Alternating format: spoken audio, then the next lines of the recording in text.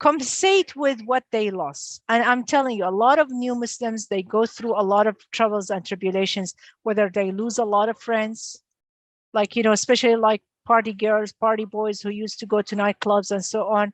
Once they tell them, I don't drink anymore, I don't party anymore, all these friends that they were around them, they will just scatter away. They will vanish. And this lady or that brother will start feeling alone. But you know what? This is where it becomes that people will show their true color. They will see who is true friend and who is not a true friend. Compensate them with what they lost. Some people, they need a shelter. We should have Muslim shelters. Some people, they need clothing. Some people, they need jobs. Many of the sisters I know that they lost their job because they started wearing the hijab. Some of them that they need money. Now, I know some people, they abuse it. They become Muslim because they want that money or that help. And I know it. But most of those people, they don't stay for long. But still, even if they become a Muslim and you know that they came for money, you still have to help them. It doesn't matter. And even if they're not Muslims and they come and they want money, you still have to help them because they're human beings, not because just they're Muslims. Legal paperwork, like in the Middle East, on the driver license, it says your religion. And in many countries, it's really hard to change the paperwork and the legal paperwork and change the religion. Also, even here in the United States, if a sister or a brother needs to go to Hajj, they have to show a proof of their religion. So they have to get a certificate of Islam from a masjid or from an Islamic organization. A new Muslim, she died. She needs a proper Islamic burial. Who's going to do that burial for her or for him? We have this problem. To do a will, that I want to be buried as a Muslim if I die.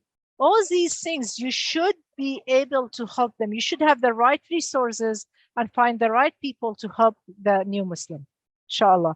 Some people, they need medical assistance, etc. So we should see, and feel and be empathetic and see what they really need, okay?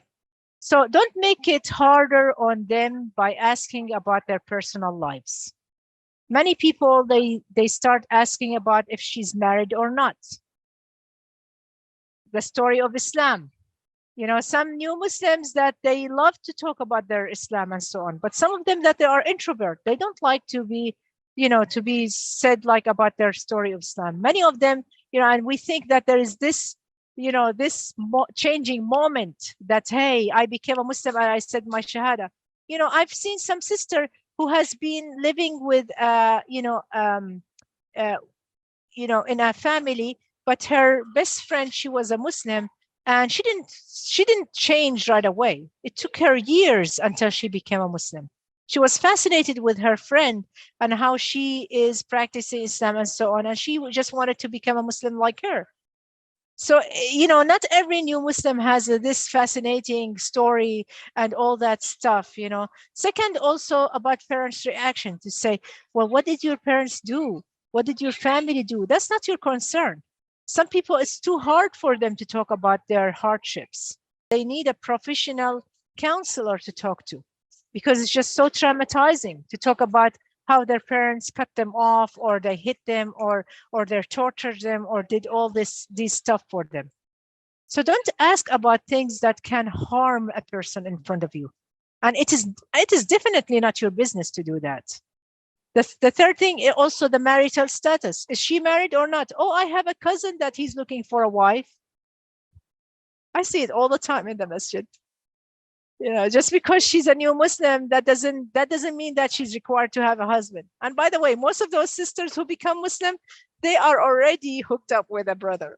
So don't come over here and start trying to hooking them up with a brother or something like that. Okay, don't be the matchmaker for her.